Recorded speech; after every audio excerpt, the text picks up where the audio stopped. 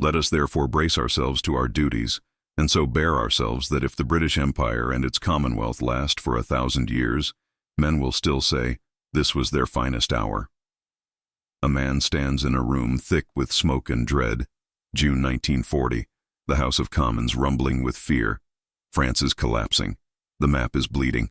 The Channel is no longer a moat but a countdown. Churchill grips the dispatch box and throws that sentence like a rope into the dark. He isn't promising comfort. He's offering a standard, a posture, a way to stand when the night refuses to end. We start here because the night is not just 1940. It's any moment when your world is outnumbered, when the odds are running you down. This was not a flourish for applause. It was a decision in public, a leader declaring, we will bear ourselves in a way that deserves 1,000 years. Strange ambition, isn't it? Not victory, not safety, but to bear ourselves in a way that would be remembered. If you've been waiting for easier conditions, he's telling you the truth. There will be no easier conditions. Your standard must rise before the sun does. But how does a man carry that spine? What does courage look like when the room empties, when the letters pile up and the mind is tired? To answer that, we have to leave the microphone and listen to the scratching of a pen in a small, tense room 5 years earlier, or 20, or in a quiet moment between disasters. November 1915. The Dardanelles has failed. The papers are not kind. Rivals are merciless. The public has moved on to the next headline. Churchill, stripped of office, writes to the person who knows the truth of him. To Clementine, the page is bare. He writes 2 words that have none of the thunder he will later be famous for. I am finished. Think about that. The man of unbreakable rhetoric puts down a line that admits an ending. Not I feel finished. Not I fear I might be finished. I am finished. Full stop. It is stark, it is honest, and it is not the end. Because what he did next is the lesson. He took up a paintbrush. On a quiet day in 1915, Winston Churchill set a blank canvas, and instead of hiding in the ash of public failure, he taught his hands to talk again. Later he would write, in a small book with a simple title, Painting as a Pastime. Armed with a paint box, one cannot be very much afraid of the future. He didn't paint to create a masterpiece for the ages. He painted to retrain his nervous system. He painted to rescue his courage from the clutches of humiliation. He painted because nobility in the large battles grows from steadiness in the small ones. You and I won't face a House of Commons or a map of Europe, but we will face a kitchen table where the bills won't blink first. We will face illnesses and layoffs and years that steal our voice. Courage at that table isn't a speech. It's a brushstroke. It's the decision to make order, to hold a small promise, to reach for a practice that steadies your blood. That is what finest hour looks like on days that will never make the news. But let's move again, back to the chamber where words change weather. 2 years before that great line about 1,000 years, he was nearly alone. September and October 1938, the air is full of promises we now call Munich. Peace was waved on a piece of paper. Crowds cheered. The temptation is timeless. Choose ease now, pay later. He stood, voice steady and cold, and said something that burned through the fog. You were given the choice between war and dishonor. You chose dishonor, and you will have war. It's breathtaking in its simplicity. He's not arguing policy. He's naming a pattern of the human heart. Avoid the hard thing today, and it returns tomorrow with interest. Avoid the difficult talk in your marriage today, face resentment later. Avoid the discomfort of building the skill today, face irrelevance later. Avoid building the emergency fund today, face panic later. He wasn't predicting a battle, he was describing a law. If that sounded harsh then, it sounds like mercy now. Churchill knew the price of delay because he had paid it himself. Failure had already brushed him with ash. He wasn't scolding, he was warning. And the warning applies to us. Ask yourself, where am I asking for peace at a discount? Where am I bargaining with dishonor, meaning the erosion of my standards, for the relief of this hour? The bill will arrive. Do not let the envelope surprise you. Now, a step sideways, to a day in 1941, when he spoke to a people wearing bomb dust like snow, and said what he could not prove but had to demand, Without victory, there is no survival. In wartime, that line means planes and ships and telegrams at midnight. In your life, it hits different. It means this. Without choosing your number one fight, the rest of your plans are decoration. Without choosing to take the hill that matters, a habit, a debt, a craft, everything else is arrangements around defeat. Notice how clear his categories were. Survival is not an accident. Survival is a discipline. He doesn't say, without speed, or without popularity, or without certainty. He points to victory, not in the shallow sense of beating someone else, but in the exact sense of deciding the terms of engagement. What is victory for you in this season? One hill, one definition you can name out loud. When you name it, the fog thins. And when the fog thins, you can walk. But we are not done. To understand how he kept walking, return to that quiet book again, the one about brushes and color. There's a line there that feels small until you need it. Armed with a paint box, one cannot be very much afraid of the future. Why is that so powerful? Because fear hates tools. Fear hates rituals. Fear thrives in the vague, in the undefined, in the rooms where we pace. A paint box is an answer to the vague. You open it. You choose a color. You lay it down. This is not about painting. It is about dignity. It is about a human being deciding to act when there is no headline to applaud. Maybe your paint box is literal art. Maybe it's a notebook and a morning walk. Maybe it's an Excel sheet and a budget you refuse to break. Maybe it's a barbell, a prayer, a porch at dusk where you breathe and you think. Courage is not a mood. It is a kit you reach for when your hands shake. Churchill found that in oils and canvases. You can find it where your life lives. Do you see the pattern forming? Public poise built on private ritual. Defiant clarity built on early warnings ignored by crowds. A man who could say, I am finished, and then, without fanfare, begin again. That is the shape of resilience, not the absence of collapse.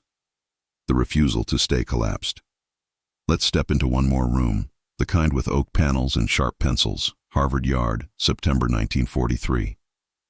The war is still a storm, no one knows the ending, and Churchill says a line that would have sounded like a riddle if it came from a poet.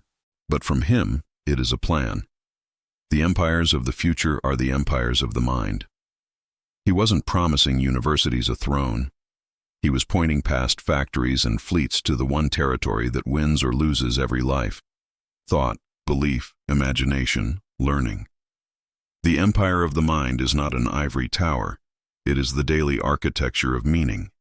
It is the ability to name your fear, to design your duties, to govern your appetites, to enlarge your compassion. In a world of steel, he said, the real metal is mental. What does that mean at your desk, in your town? It means shape your interior world with intention. Read beyond headlines. Gather the sentences that steady you. Keep a commonplace book, your personal treasury of lines that wake you up. Build a mental model for stress, for conflict, for grief, for hope. If you do, you are building an empire that doesn't fall when someone else changes a policy.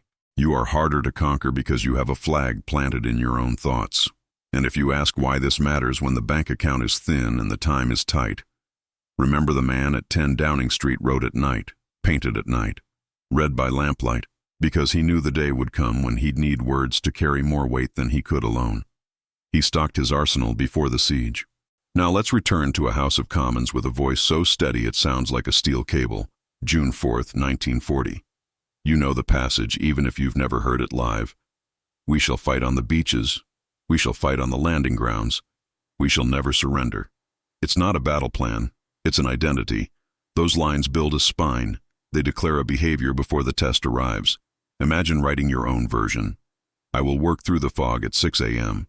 I will tell the truth on Tuesday. I will repeat the boring, responsible thing when everyone else is hunting easy. I shall never surrender my standard to my mood. That is how you break the trap of waiting for motivation. You build a creed while the sky is clear. Here's where this turns from admiration to adoption. Every time Churchill spoke, he drew from a well that had been filled with private admissions and private repairs. The letter that said, I am finished, is part of the same life that could say, we shall never surrender. The paint box and the dispatch box are connected. The private empire of the mind defends the public stance in the storm. Quick pause. If one Churchill line must live on your wall this year, which is it, and why? Drop it in the comments. And if this conversation is sharpening your courage, stay with this channel. We're building a library of leadership for real life. Consider subscribing so you don't miss the next step. All right, back in. There's a line people love to repeat. Courage is rightly esteemed the first of human qualities, because it is the quality that guarantees all others. He said it not as a fortune cookie trick, but as a working conclusion. If you want honesty, you'll need courage to tell the truth. If you want compassion, you'll need courage to act when it costs. If you want discipline, you'll need courage to say no when it stings. Courage sits behind the entire front line of your life like a generator humming in the dark. Turn it on, and the lights come back in every room. But courage is not loud by default. Sometimes it is the hum of a man writing a thank you note after a bruising day. Sometimes it is the hush of a woman sitting with a child through a hospital night. Sometimes it is a calendar that does not break. Churchill didn't win because he found the loudest words. He won because he aligned his words to a life that had already decided. Let's ask a hard question he would have understood. Where are you still bargaining with dishonor? Not in a dramatic sense, but in the small daily trades. Taking the easy version of yourself because the hard version would make someone uncomfortable. The crowd in 1938 wasn't wicked. They were tired. Peace in our time sounded like relief you could hold. But relief without resolve is only a pause. The bill comes. Raise your standard now, not because the world is watching, but because you are. And when you raise it, keep your hands busy. Find your paint box. When Churchill wrote that, one cannot be very much afraid of the future with a brush in hand, he was giving us a recipe that modern science keeps confirming. The body follows the hand. Action creates mood. Focus reduces fear. After a day of noise, a small, absorbing task is not a luxury. It is protection. One more thought from those letters. The vulnerable line to Clementine, I am finished, did not end the paragraph. He kept writing. He spoke of next steps, of roles he might take, of the longing to serve. He didn't put a period on his life because a chapter closed. He wrote a comma and moved forward. When you feel the words rise, finished, defeated, done, write them if you must, but then write the next line. Name the next right act. Call a friend. Book the appointment. Draft the application. Pack the gym bag. The mind respects a next step more than it respects a speech about 10-year vision. Now remember that first quote we opened with, the one about 1,000 years. It's easy to think that's about legacy, some grand idea of strangers knowing your name. It isn't. It's about dignity. It's about deciding that, even if no one sees, you will carry yourself as someone who expects history to pay attention, not fame, memory. The memory of your children and their children. The memory of your community. The memory of your own conscience. Bear ourselves, he said, not win ourselves. The bearing is the victory. In practice, that bearing looks like this. When panic whispers that you must do everything at once, refuse. Declare the hill that matters. When shame tells you that a failure means you are finished, answer with a brushstroke. When someone offers you peace at the price of your standard, hear Munich in your bones and say no. When the months wear you down, repeat your creed out loud. When you forget why, open your commonplace book and read the lines that sharpen you. You are not helpless. You are armed. A paint box, a sentence, a schedule, a promise. Churchill knew about promises. He made them knowing they could break him if he failed. But a strange thing happened. The promise inflated him enough to carry the weight. That's what vows do. They make you larger than your fear by tying you to something outside your mood. Choose your vow.